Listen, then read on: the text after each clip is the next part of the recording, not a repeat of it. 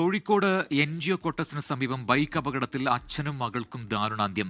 Bike താഴ്ചയിലേക്ക് മറിഞ്ഞാണ് ഈ അപകടമുണ്ടായത്. അജി കുഞ്ഞുമോൻ കോഴിക്കോട് നിന്ന് ചേരുന്നു കൂടുതൽ വിവരങ്ങളുമായി. അജി, ദാരുണമായ സംഭവമാണ്. എപ്പോഴായിരുന്നു ഈ അപകടം? എന്താണുണ്ടായത്?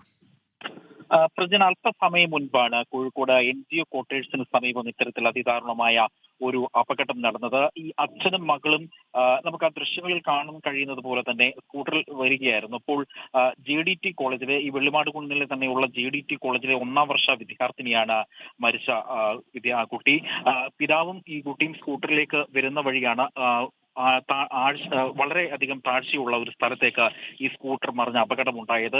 നാട്ടുകാർ പറയുന്ന വിവരമനുസരിച്ച് ഈ മേഖലയിൽ അപകടം നടക്കുന്ന ഒരു മേഖലയാണ്. അവിടെ നമുക്ക് ആ ദൃശ്യങ്ങളിലും കാണാൻ കഴിയും, വലിയ തരത്തിൽ കുഴി അവിടെ രൂപപ്പെട്ടിട്ടുണ്ട്. അപ്പോൾ ഇതിൽ സംരക്ഷണ ഭിത്തി അടക്കം സ്ഥാപിക്കണമെന്നുള്ള ആവശ്യങ്ങളൊക്കെ നേരത്തെ ഉണ്ടായിരുന്നു. അപ്പോൾ അതൊന്നും തന്നെയും പാലിച്ചിട്ടില്ല എന്നുള്ളൊരു ആക്ഷേപമൊക്കെ ഉയർന്നിരുന്നു.